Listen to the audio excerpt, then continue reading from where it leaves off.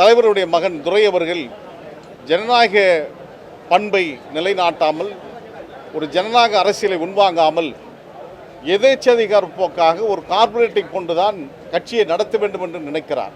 அது ஒருபோதும் நடக்காது. தமிழ்நாட்டு அரசியலில் மோடி அமித்ஷாவை பேசாமல் அரசியல் செய்ய முடியாது. ஆனால் நீங்கள் மோடியும் அமித்ஷா பற்றியும் கேள்வி கேட்கக்கூடாது என்று சொல்லிக் கொண்டு வருகிறீர்கள்.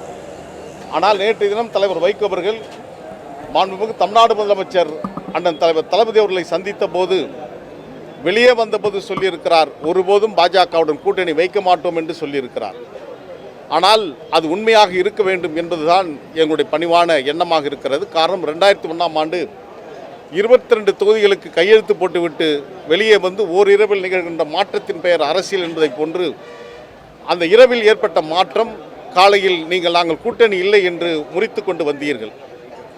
அதே போன்றுதான் 2006ஆம் ஆண்டு காலை வரையிலும் நீங்கள் திராவிட முன்னேற்ற தலைமையிலான மாநாட்டில் திருச்சியில் பங்கேற்கப் போவதாக சொல்லிக் கொண்டு வந்தீர்கள். ஆனால் அன்று பகலே நீங்கள் போயஸ் கார்டன் சென்றதையும் நாடு மறக்கவில்லை.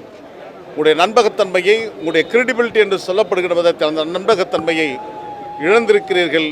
மீண்டும் பாஜகவுடன் கூட்டணி வைத்து உங்களுடைய அந்த நம்பகத்தன்மையை அடிமட்டமாக்க வேண்டாம் என்பதுதான் என்னுடைய அன்பான வேண்டுகோள். உங்களை நம்பி வந்தவர்களை நட்டாற்றில் விடுவதைப் போன்று ஒரு நெருப்பு வளையத்தில் என்னை தூக்கி வீசியிருக்கிறீர்கள்.